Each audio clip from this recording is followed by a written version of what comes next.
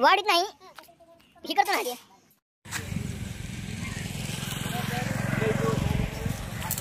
मित्रांनो आपल्याकडे गणपती व लक्ष्मीचे स्टँड हे डेकोरेशन पद्धतीने बनवण्यात येत आहे.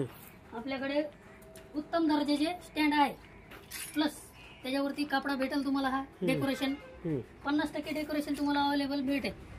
मजबूती पाहिजे असेल तर मजबूती ह्याची एक नंबर आहे.